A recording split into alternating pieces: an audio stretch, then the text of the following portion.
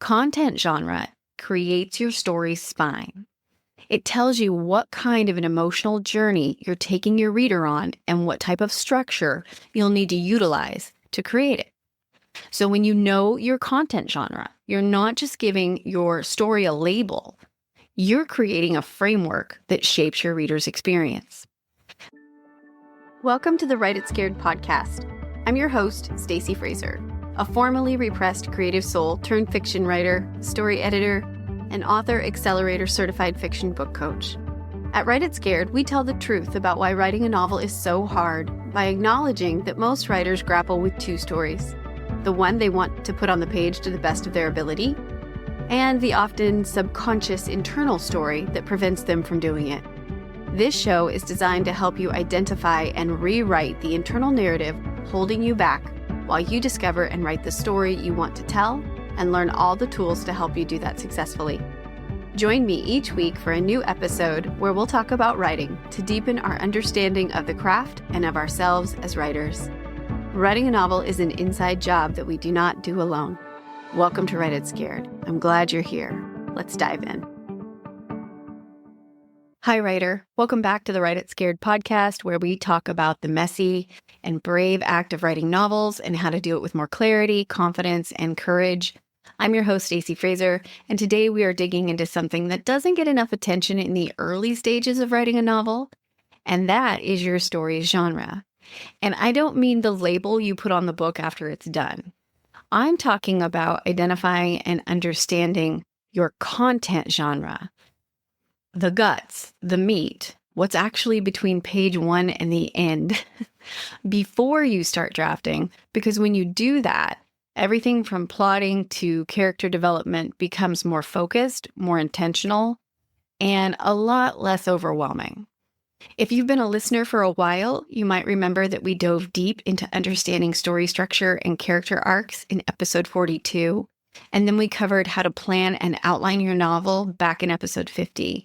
And that was a pantser-friendly version. So today's episode is going to build on both of those. And if you haven't listened to them yet, I'd highly recommend going back and checking them out. And I will make sure the link is in the show notes for you to do that. But before we dive into the craft topic, I want to let you know about a free writing summit that is happening this week. The Spark to Story Summit, which is taking place May 27th through the 29th, is a friendly online event for writers ready to take an idea and develop it into a completed first draft. This event is packed with 30 amazing guest speakers, authors, educators, coaches who will share simple, practical steps, processes, and craft strategies to help you find your path forward into a completed first draft. I'll be speaking on the 29th about how to overcome shiny object syndrome and stay focused so you finish what you start. And I hope you join us. If you want a free ticket, you can head to the link in the show notes. Okay, now let's talk about genre.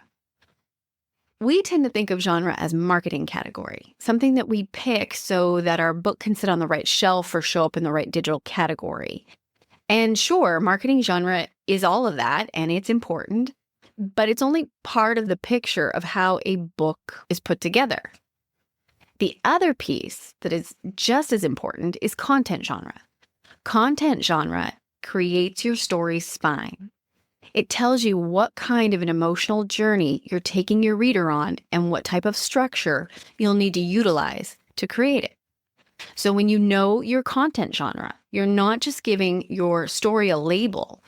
You're creating a framework that shapes your reader's experience. So let's break down the marketing versus content genre in a way that's a bit more granular.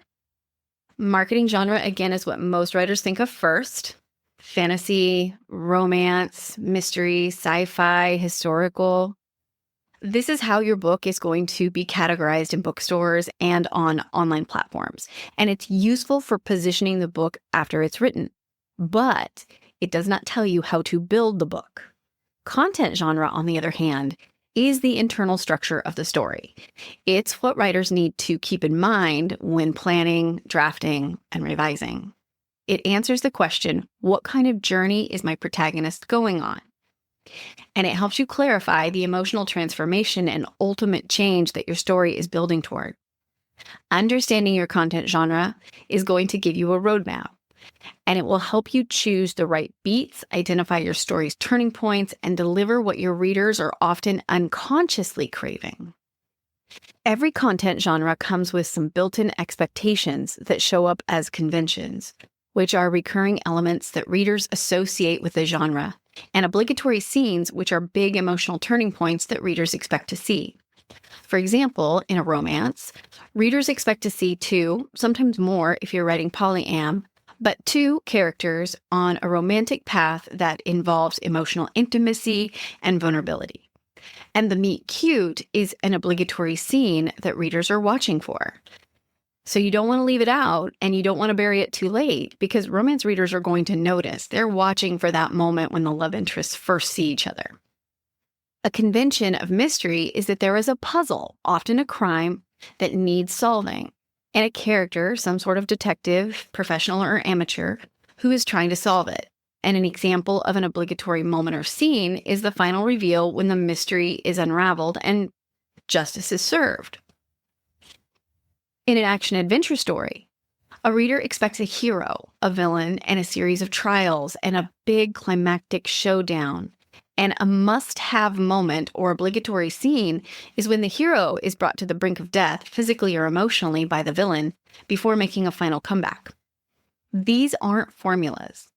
They are emotional anchors for your story. The key is to meet reader expectations without being predictable, and the best way to do that is to know your content genre and be an invested reader of it.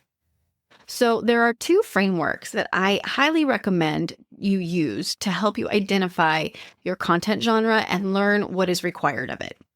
And you can use one or the other. They're both saying similar things, just in different ways. And the first is Save the Cat Writes a Novel by Jessica Brody. And the second is The Story Grid, What Good Editors Know by Sean Coyne. In Save the Cat Writes a Novel, Jessica Brody adapts Blake Schneider's screenwriting method for novelists and classifies stories by their emotional arc, or what transformation the protagonist undergoes. And these are called story genres. And Save the Cat says there's 10 of them.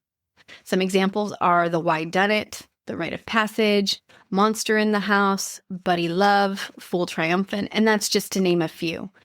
Each Save the Cat story genre includes conventions, character arcs, and structural expectations. And I'm not going to list them all here, but I have broken them down into a blog post that goes with this episode. So you can find all 10 Save the Cat story genres along with examples from popular books and movies linked in the show notes. Now, The Story Grid, What Good Editors Know by Sean Coyne takes a different approach. It classifies content genre based on the source of conflict in the story and splits them into two major categories, external and internal. And I'll give you a quick overview. External content genres focus on the conflict that comes from an outside source, something beyond the protagonist, and these tend to be more plot-heavy with big tangible stakes and a more linear progression. Some examples of external content genres would include action, think Indiana Jones, crime, think The Godfather, thriller, think Silence of the Lambs, horror, that would be Bird Box or It, and love, think The Notebook or Twilight. War, Western, performance, and society stories also fall into the external content genres classified by the Story Grid. And each of these has a tangible value at stake: life, justice, love, survival. Now, the internal content genres, which include status, worldview, and morality, focus on a conflict that is internal to the protagonist. It's inside the protagonist. These stories are more introspective and more emotionally driven. Their stakes tend to be less tangible and favor them being more personal, moral, or psychological. The Story Grid outlines each genre's core value and core event, as well as specific conventions, and I have linked to their site and included more examples in the companion blog post that goes along with this podcast, and you can find that in the show notes. Now, can your story include more than one content genre?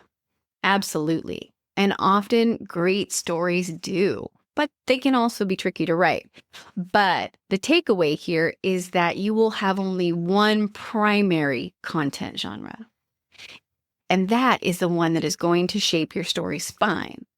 And to figure out what the primary content genre of your book is, you need to ask, who is your protagonist? Who's the main character? Whose story is this that we are following? And what is the big problem they're facing? What do they want? And what's getting in their way? And that question will really help you understand if the conflict is more external or if it's more internal. And then ultimately you want to ask, what kind of change do you want the protagonist and the world that they live in to undergo by the end of the story? So here's what I want you to walk away with from today's episode. Knowing your content genre is knowing your story's foundation. It helps you shape your characters, your plot, and your emotional arc. You don't want to skip over reader expectations. Instead, you want to meet and exceed them with intention. And knowing your content genre and being a reader of the content genre will help you do that. Genre is not a trap. It is a tool, and it's one that can help you simplify your writing process. But that does not mean that it's going to make writing your book easy. So pick a primary content genre and let it help guide you in your decisions as you draft. Study the conventions and the obligatory scenes for that genre, because they are the heartbeat of your story. And if you want more help identifying your primary content genre, head over to the blog post linked in the show notes, because it's loaded with examples and links to both Save the Cat and StoryGrid so that you can find those excellent craft resources. Thank you so much for joining me today. I hope this episode helped you think a little bit more deeply about your content genre and perhaps gave you a new tool or perspective on how to nail down those foundational pieces of your story a little bit more. And if you want to build on what we talked about today, don't forget to go back and check out episode 42, which is all about story structure and understanding character arcs, and then listen to episode 50, where we talk about how to set yourself up to plan and outline your novel in a way that will work for you, whether you're a pantser or a plotter. Together, these 3 episodes will make a very powerful foundation for writing your novel that doesn't feel so overwhelming and that you can be excited about. So again, thanks for tuning in. I will be back next week with a new guest, Gina Kamer, who is going to talk to us about writing fantasy and building magic systems. So I'm very excited for that conversation. We laughed a lot, so I had to edit the hell out of it. So check back in for that. And I hope that you join us at the Spark to Story Summit, which starts on Tuesday, May 27th and runs through the 29th. It's free to attend, and you can grab your free ticket in the show notes. All right, writer, take care and have a great week. Thank you for listening to the Write It Scared podcast. If you enjoyed today's show, please make sure to hit the follow button so you never miss an episode. And please leave a review. Reviews help other writers like you find the voices and messages they need to hear to continue to write their stories. Let's lift each other up. Remember, you can be scared and still be unstoppable. I'll see you next week.